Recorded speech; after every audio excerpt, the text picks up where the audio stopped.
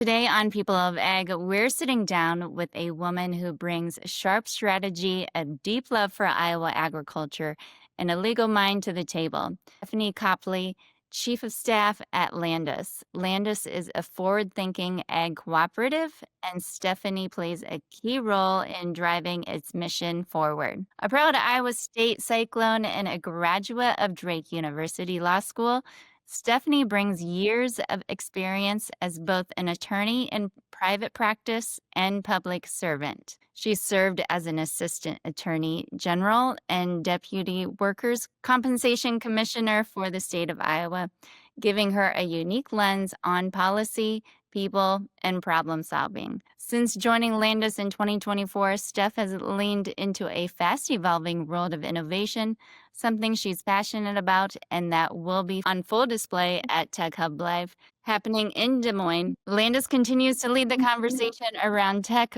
forward solutions in ag, and we're excited to talk about her journey, her role at Landis, and how her background is helping shape the future of ag. Stephanie, thank you, and welcome to People of Ag.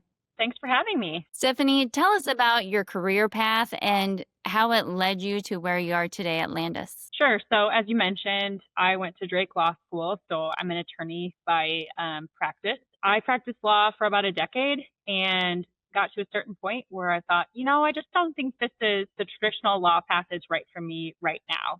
So, reached out to my network and found out that Landis was in need of some communication roles.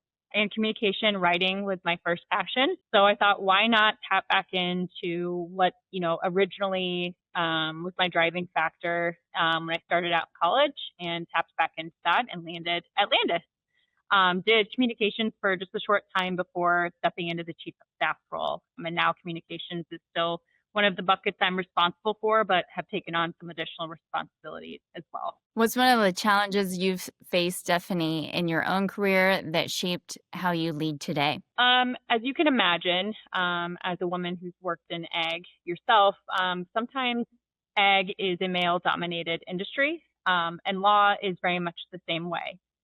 There were lots of times in my legal career when I was the only female in the room and was mistaken as the court reporter more times than I want to admit.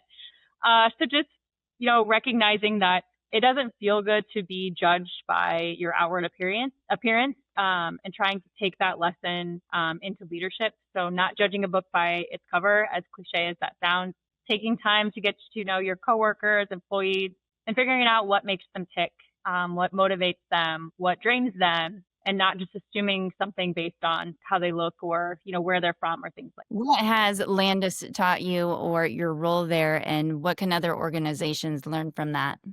So Landis is really unique, I think, in the fact that many of our executive leadership roles and other leadership roles are held by women, which, again, as I mentioned, is, I think, a unique aspect in ag particularly. And as a result of that, it's not necessarily anything formal that Landis does, but it's more of a lead by example. So, we have some great fellowship here at the office.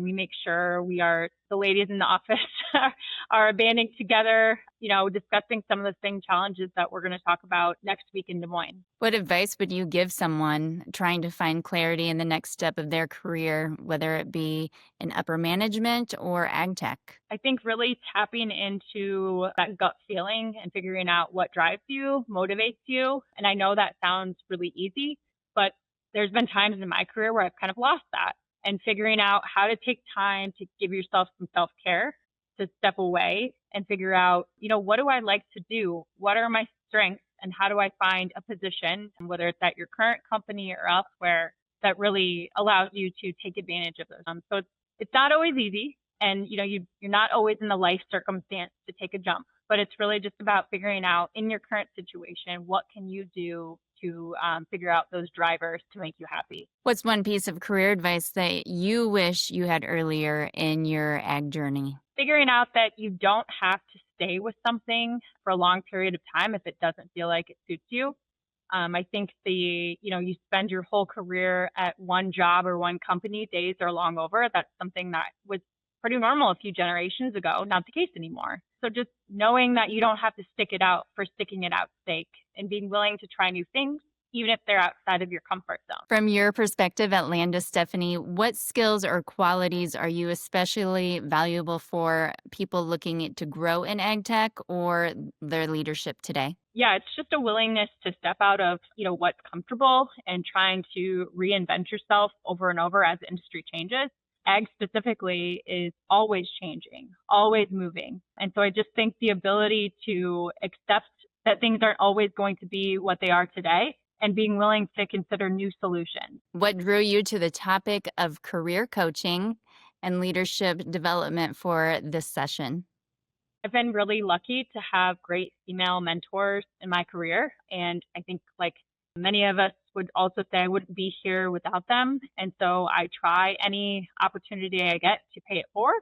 And honestly, in any circumstance, whether it's an ag discussion, whether it's a law discussion, whether it's just a discussion amongst friends, I've always found these discussions about careers, especially women in leadership roles, to be really enriching and fulfilling. So I'm looking forward to having the opportunity to do that. Can you give us kind of a sneak peek of what you'll be discussing during your Tigress team session at Women in Ag Tech? Yeah, of course. It's a lot about shared experiences and shared challenges and shared solutions. I think, if someone is experiencing a struggle, it's important to remember that someone else has probably experienced it too. And to overcome those struggles, we don't need to reinvent the wheel. We just need to network and rely on each other for solutioning. And I think those types of settings where you get in a group of people allows for really fruitful discussions that way. You've talked a lot about networking. For someone that has a small network, how would you tell them to explore to make a network for themselves? I think it's as easy as asking someone to go have a cup of coffee or go grab lunch.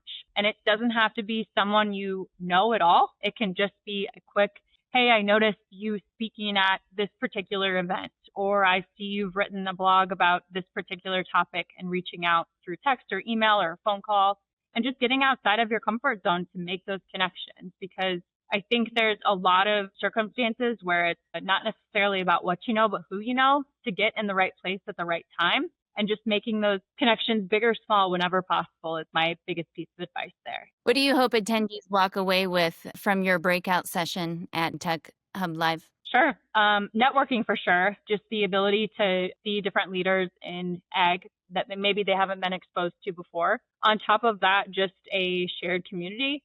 I think we oftentimes, like I mentioned, go through our workdays thinking we're the only ones who have experienced this trial, this situation, but really, we've all been through it. So just the feeling of community for sure, and then hopefully some great contacts for having a cup of coffee or a lunch in the future. If someone's on the fence about attending Tech Hub Live or Women in Ag Tech, what would you say to them? Get out there and do it.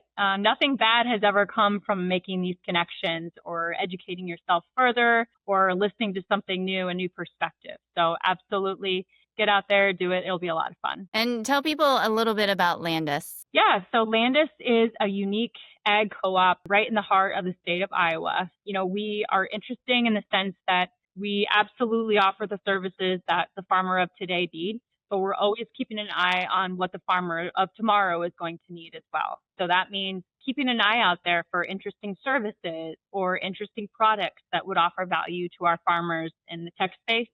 It's a fast-moving company, that's for sure. It's been a lot of fun to be a part of, leading the way in ag. Well, thank you for taking the time to chat, and I'm excited to see you up at Tech Hub Live. Great. Thank you so much.